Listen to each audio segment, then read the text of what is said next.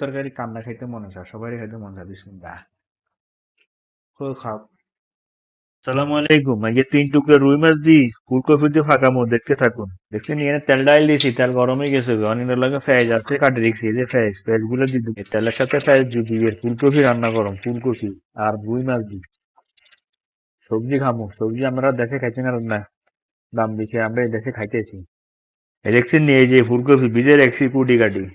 এটা ভালো করে ভিজে কসমা যা যা সব বাইরে যাক, তারপর দেখবেন ফাঁকা আলামো। ইয়ে হওয়ার নুন কত দাম লাগবে আমি তো ভুলে গেছি, আমরা কইবেন না। এই কত নুন দিতে গিয়ে তাড়াতাড়ি হ্যাঁ একদিন মরি যায়। এই কাঁচা মরিচ আর এই টমেটোর দাম বেড়ে দেশে স্বর্ণের মতন। তো টমেটো আমরা স্বর্ণ না কিনি, টমেটো কিনে তো ভালো আছে। এই টমেটো কাটিয়ে গেলাম একদিন একেবারে ভাজা মচমচ হয়ে গেছে। যখন এটা লাগে আদা রসুন, এই যে 1 চামচ আদা রসুন দিচ্ছি, দি ভালো করে এটারে ভাজি এলাম খেয়ে গেল লাগে। আদা রসুন বাজা শেষ, এখন এই যে অর্ধেক টমেটো আর কটা কাঁচামরিচ দিয়ে দিয়ে দিই ভালো করে গললে তৈরি যায় মশলা। গোবাস আমরা হানি কই আর আমরা ফানি কন, একটু ফানি দিয়ে দিছি, একটু হানি দিয়ে দিছি যেন না পড়া যায়। তারপরে মশলা পানি গরম হয়ে গেলে মশলা দিয়ে দিবি। দেখছি না মশলার দোকান কত জায়গা দিয়ে রানতে হবে। এখানে হানি গরম হয়ে গেছে, দেখছেন লাল মরিচের গুঁড়া আর আদা চামচ তো কম মশলার ভিতরে ফাঁকাইছে। পরিমাণ মতন অলিভ, একটু জিরার গুঁড়া দিয়ে দিছি লগে যেন স্বাদ হয় খাইতে। ধনিয়ার গুঁড়া দিছি যেন একটু গেরান লাগে খাইতে। এটা হইলো মানে হাঁসনা করে মশলা আর হালকা একটু দিয়ে দিছি। মাছ দিয়ে ফাঁকা মতন মাছের আদা চামচের উপরে একটু মশলা দিয়ে দিছি, মাছের মশলা ওই জিনিস যেন একটু ফ্লেভারটা ভালো হয়।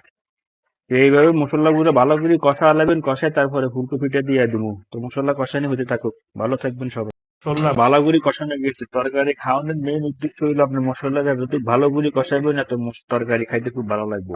এই জন্য তরকারি ফাঁকার সময় সবসময় এটা খেয়াল রাখবো আমরা, যেন মশলাটা ভালো করে কষানো হয়। ঠিক আছে, এই যে তেলগুলো সুন্দর মতো বাড়ি গেলে তখন আপনি বুঝবেন মশলাটা কষানো হয়ে গেছে। আমরা এখন দিয়ে দেবো ডায়মন্ডে আলু। এই আলু বেলে আমাদের দেশে খাইতে বহু দামি লে, এটা স্বর্ণের থেকে বলে দাম বেশি। ডায়মন্ড ওই যে নেই আলুর কেজি বলে 300-400 টাকা। হায় হায় রে, কোনায় দেবো?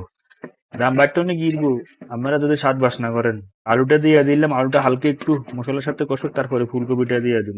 দেখছেন এই যে আমাকে ডায়মন্ড আলু, সুন্দর আলু, সোনার মতন আলু, দেশে যে দাম আর আমরা বিদেশে দেখছেন নি, এখন এটা খাইয়ে লেগে মাত্র 1 টাকা কেজি হয় না, 30 টাকা কেজি। কথা বুঝিনি বাংলা টিয়া। তো এই আলু কষানো শেষ, এখন এই যে এই ফুলকপি গুলো দিয়ে দিবো। এই যে পাতিলের মানে দেখছেন, এই যে দিয়ে দিচ্ছি। এগুলা দি ভালো করে মশলা দি লাড়ি। তুই যে মনে কর না এটার এক কথার দম বইয়া দিমুগে। ভাই কি খাইবেন কন? দেশে সবকিছুর দাম বেশি। এই ফুলকপিটা আমরা সরে গেলে 160 টাকা দিয়ে কিনে আনছি এই দেশে। তো 160 টাকার ফুলকপি 2 দিন খেয়েছি, কথা বুঝছেন না। আপনারা কিনবেন না, ধৈর্য কষ্ট করি একটু শ্বাস শ্বাস করার চেষ্টা করুন। শ্বাস করলে তখন জিনিসের হস্তা খেতে নেবেন। বুঝে আইসিন তো এটারে একটু মশলার লাগে মিক্স করি এলাম, ঠিক আছে নি এভাবে লাড়ি যেন না ভাঙে, একবারই পুরা নর্মাল হাতে হাতে লাগতে হইব। সেনি মশলার সাথে পুরো মিক্স করে এলেছি কই। কিভাবে ভাই যে কোনো জিনিস খাইতে হইলে কষ্ট করতে হয়, কষ্ট ছাড়া কোনো কিছু হয় না। ভালো থাকবেন সবাই, দেখতে থাকুন ভিডিও। এখানে গরম পানি দিয়ে দিছি, তবে খুব একটা ঠান্ডা পানি দিবেন না, গরম পানি দিবেন সবসময়। কারণ ঠান্ডা পানি দিলে তরকারি হয়ে যাবে হাংসা, কথা বুঝে আইসিনি ভাইয়ারা। গরম পানি দিবেন আপনার তরকারি ঝোল অনুযায়ী, তখন আর তরকারিটা আমার হাংসা হবে না। তো তরকারি লাস্ট পর্যন্ত থাকুন। পানিটা একটু বলবেন, আমরা মাছ দিয়ে দিব নি। তরকারিটা বলে গেছে, এখন মাছটা দিয়ে দিব। ওই যে মাছ দিয়ে দিচ্ছি 3 পিস, এই মাছটা দিয়ে দিচ্ছি। দিয়ে মাছটা একটু ঘেঁটে দিবেন, আমাদের কফিটা আরো সিদ্ধ হবে। মাছও একটু বাজি মাছটা মাছটা একটু ভালো করে হইল।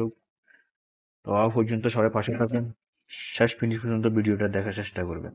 আলহামদুলিল্লাহ, দেখেন আমাদের তরকারিটা পাকান হয়ে গেছে, দেখছেন ফুলকপি আর রুই মাছ। তখন এটার মধ্যে ধনিয়া পাতা দিয়ে দিব আমরা। এই যে এবার ধনিয়া পাতা দিয়ে দিবেন পাকানি শেষ হয়ে গেলে।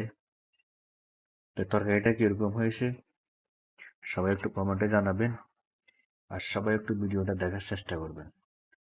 কারণ আমরা প্রবাসী ভাই অনেক কষ্ট করে আপনার জন্য একটা ভিডিও বানাই। তো দেখবেন সবাই কিভাবে তরকারিটা রান্না করেছি আমরা, কি সিস্টেমে কম মশলার ভিতরে 3 পিস মাছ দিয়ে সবজি ফুলকপি তরকারি। সবাই ভিডিওটা দেখতে থাকুন আর প্রবাসী ভাইদেরকে শেয়ার করুন। দেখছেন ফুলকপি তরকারি পাকাচ্ছি, সেই স্বাদ একদম আমি।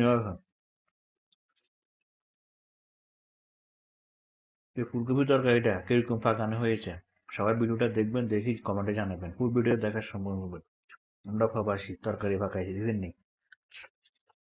তো খাবো ওরা